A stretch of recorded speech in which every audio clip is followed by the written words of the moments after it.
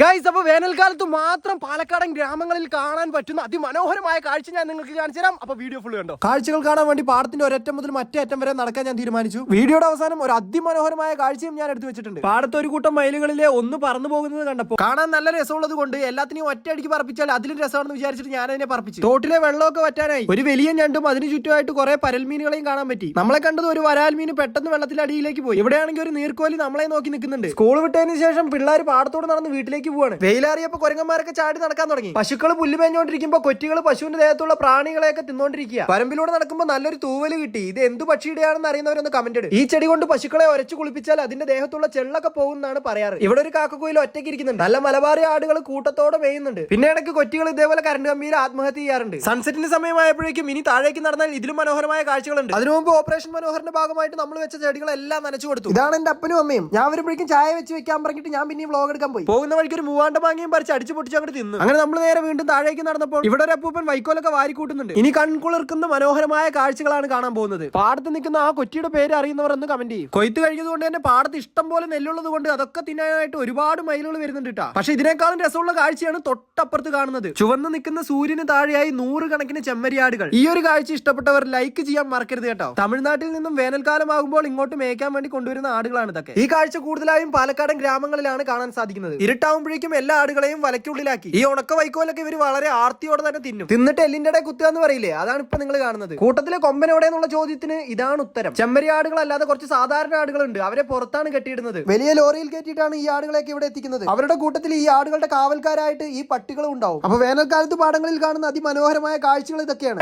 അപ്പൊ ഇന്നത്തെ വീഡിയോ ഇത്രയേ ഉള്ളൂ. അപ്പൊ വീഡിയോ ഇഷ്ടപ്പെട്ട ലൈക്ക് ചെയ്ത് ഷെയർ ചെയ്ത് ഫോളോ ചെയ്ത് കൂടെ കുടിക്കുക. നാളെ നല്ലൊരു വീഡിയോ ആയിട്ട് വരുന്നവരേക്കും tata bye bye, see U.